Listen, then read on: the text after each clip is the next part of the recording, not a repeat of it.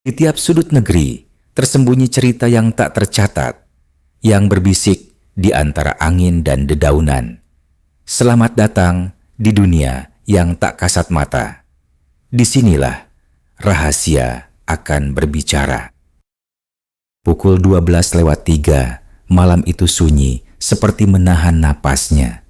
Jalan sepi membentang panjang, berkelok-kelok seperti ular tua yang sudah lupa arah pulang. Di kanan kiri, pohon bambu saling berbisik, mungkin sedang bergosip soal manusia yang tak tahu waktu. Dan di tengah-tengah sunyi yang seharusnya menjadi ladang istirahat, tiba-tiba ada suara. Bakso, bakso malam, panas, pedas. Suara itu melayang-layang di udara dingin. Bukan dari speaker, bukan dari mulut manusia biasa.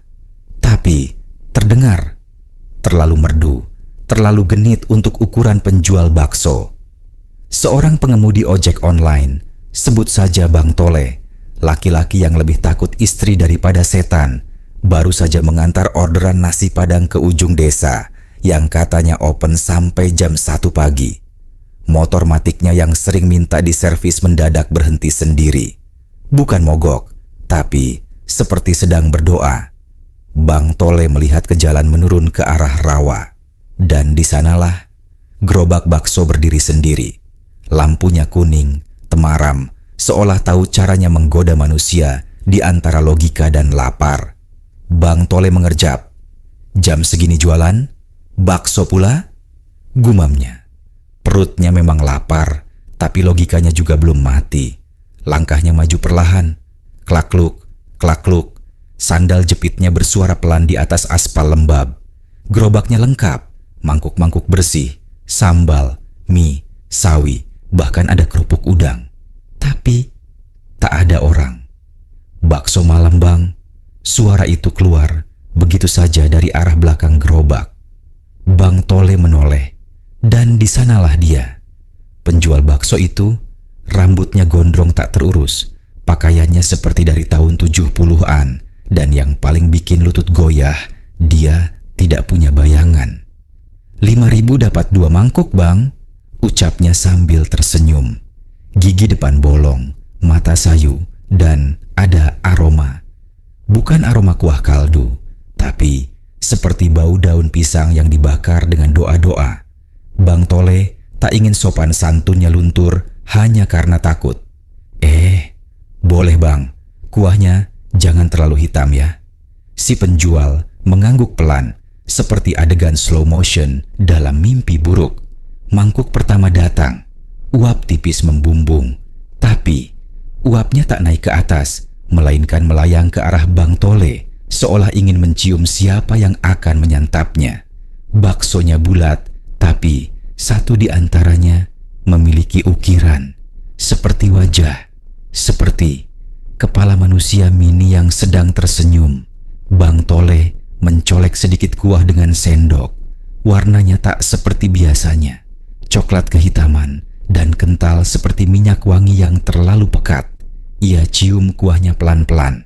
Dan tiba-tiba ia melihat sesuatu. Kilasan wajah almarhum Pak RT yang seminggu lalu dikabarkan hilang di dekat rawa. Bang Tole sontak berdiri, mangkuk nyaris terjatuh. Maaf bang, saya ingat istri saya. Dia belum nyetrika baju kerja saya besok, katanya gugup. Tapi si penjual tersenyum. Sudah terlanjur pesan bang, baksonya bukan cuma mengenyangkan, tapi mengenangkan. Bang Tole berbalik, ingin kabur, tapi kaki kirinya terasa berat. Bukan karena takut, tapi karena mangkuk itu menempel di telapak sepatunya. Melekat. Seperti luka lama yang tak mau pergi. Malam makin dingin, langit makin bisu, dan jalanan makin panjang tanpa ujung. Bang Tole akhirnya berhasil lepas dari tempat itu. Ia dorong motornya tanpa menoleh, meski dari belakang terus terdengar suara. Bakso malam, isi kenangan. Bakso panas, isi penasaran. Setelah 300 meter, barulah ia berani lihat ke belakang. Dan gerobak itu sudah tidak ada. Tapi di balik jok motornya ada 2 mangkuk putih lengkap dengan sendok dan satu catatan kecil. Simpan baik-baik, Bang. Kalau lapar, tinggal hirup, tapi jangan sampai habis. Besoknya, Bang Tole tak cerita pada siapa-siapa, tapi warga geger.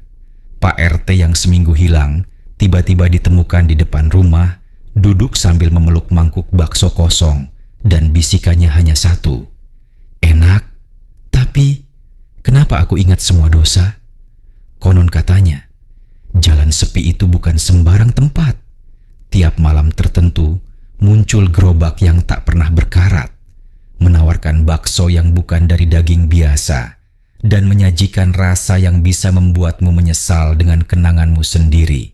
Jadi, kalau kau berkendara malam-malam dan mencium aroma kuah hangat yang menusuk hati, jangan berhenti, jangan tanya, jangan goda dirimu sendiri dengan rasa yang tak bisa kau telan sepenuhnya.